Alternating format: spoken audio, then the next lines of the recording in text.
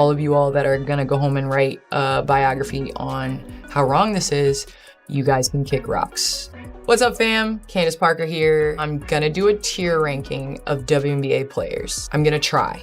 Then you got Angel Reese. I put her right at that C level. Candace Parker just lit a match and threw it straight into the heart of the WNBA fandom. She ranked Angel Reese, a fan favorite, media darling, and self-declared double-double Barbie, as a C-tier player, not A-tier, not even BC. And when the internet exploded, Parker didn't flinch. Instead, she doubled down and brought receipts. What she revealed isn't just criticism.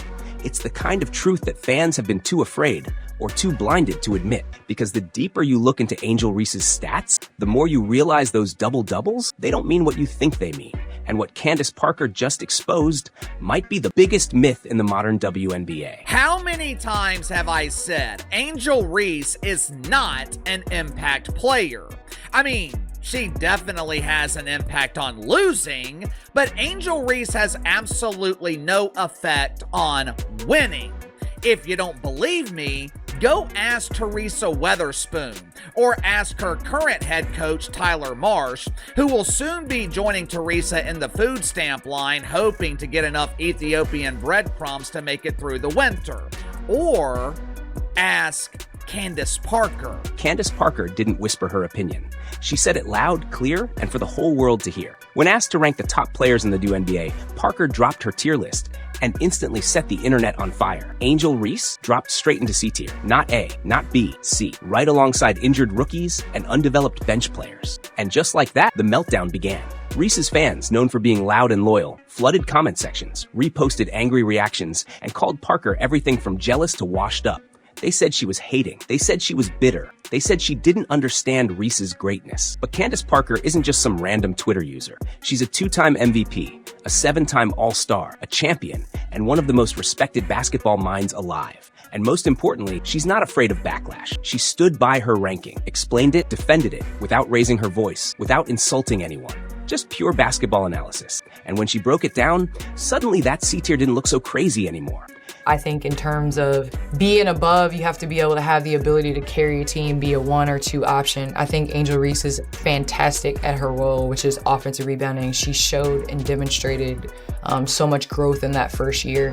I think that this is my tier. Candace Parker didn't hold back, and she didn't need to. She made it crystal clear. If you want to be ranked higher, you have to do more than just rebound. You have to carry a team. You have to be a go-to option. You have to impact winning. That's the standard. And according to Parker, Angel Reese just isn't there. She gave Reese credit where it was due, said her offensive rebounding is elite, but that's where the praise stopped. Because let's be honest, rebounding alone doesn't make you a superstar. It makes you a specialist. And specialists don't get S tier. They don't even get B tier. Especially when your team is losing badly and you're part of the reason. While Reese was collecting double-doubles, her team, the Chicago Sky, was collecting losses over and over again. Meanwhile, Parker placed players like Aja Wilson, Nafisa Collier, and Brianna Stewart in S tier. Why? Because those women aren't just stuffing the stat sheet. They're winning games, carrying franchises, and changing the entire flow of the league. Even Caitlin Clark, still in her rookie season, earned A tier. Because when she steps on the court, everything changes. Ball movement improves. Spacing opens up.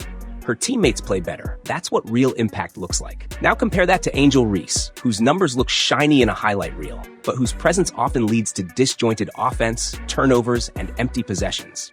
Parker wasn't being disrespectful. She was being honest, and she wasn't alone in thinking it. At first glance, Angel Reese's stats look impressive. Double-doubles, historic rebounding streaks, media headlines praising her dominance in the paint. But once you zoom out, the picture changes fast. Let's start with the numbers that no one posts on Instagram. In a game against the Minnesota Lynx, Reese logged 9 turnovers. 9. That's not just bad, it's catastrophic. And it wasn't because of elite defensive pressure or tough matchups. It was basic mistakes, sloppy passes, traveling calls, footwork breakdowns, and decisions that left even casual fans shaking their heads. These weren't isolated incidents either. The truth? This game just made the flaws too obvious to ignore. Opposing coaches started circling that film. They saw a pattern, apply pressure, trap high, force Reese to make a read, and she'll fold. Teams began running plays specifically to get the ball in her hands because they wanted her to be the decision maker. And it worked. Possession after possession fell apart. Momentum slipped away. Games that were winnable suddenly spiraled into blowouts. And while Reese's stat line might still show 12 points and 10 boards, the plus-minus told the real story, 19. That means her team was outscored by 19 points while she was on the floor. But here's the kicker. The media didn't talk about that. They talked about her 10-game double-double streak instead. They ignored the turnovers. They ignored the losing streak.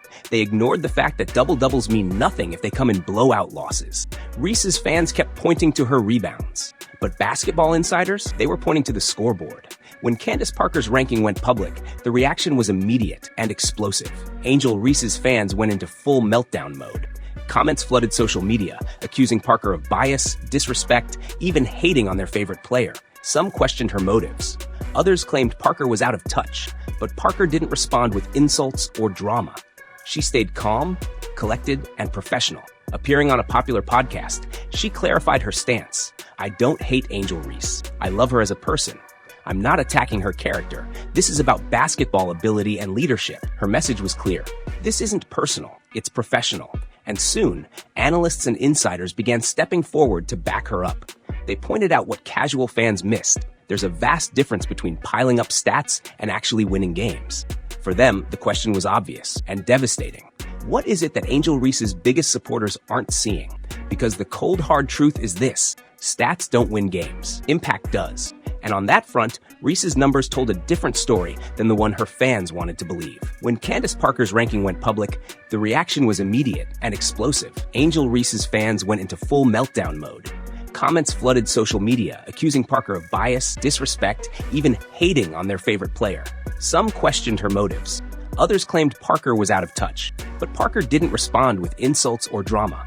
She stayed calm, collected, and professional. Appearing on a popular podcast, she clarified her stance. I don't hate Angel Reese. I love her as a person. I'm not attacking her character. This is about basketball ability and leadership. Her message was clear. This isn't personal, it's professional. And soon, analysts and insiders began stepping forward to back her up. They pointed out what casual fans missed. There's a vast difference between piling up stats and actually winning games.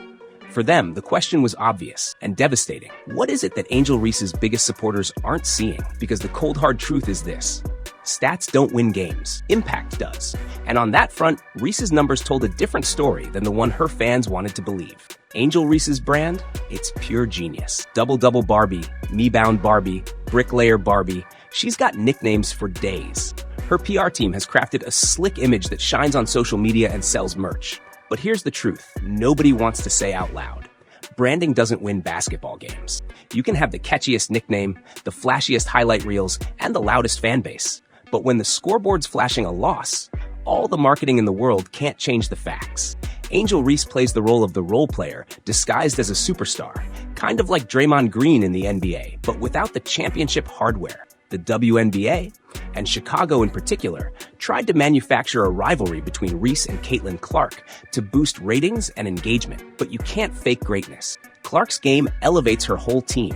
Reese's stats pad her highlight reels, but don't translate into wins. The league's attempt to build hype around Reese is impressive.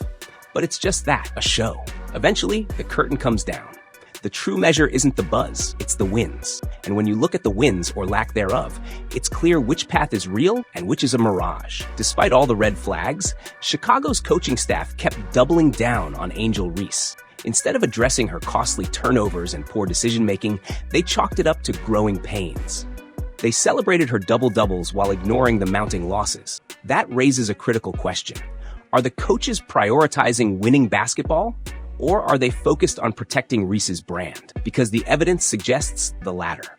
The Sky have suffered several brutal losses this season, 4 blowouts by 40 points or more, and Reese was on the floor for most of them. Opponents now design game plans specifically to exploit Reese's weaknesses. They force the ball into her hands in tight spots, knowing she'll likely turn it over. Meanwhile, Chicago's offense stagnates. The team struggles to find rhythm or cohesion. The coaching decisions appear less about strategy and more about managing a marketing asset. That's a dangerous path for any franchise. Because when winning takes a backseat to hype, the entire team suffers. And as losses pile up, the questions about Chicago's future only grow louder.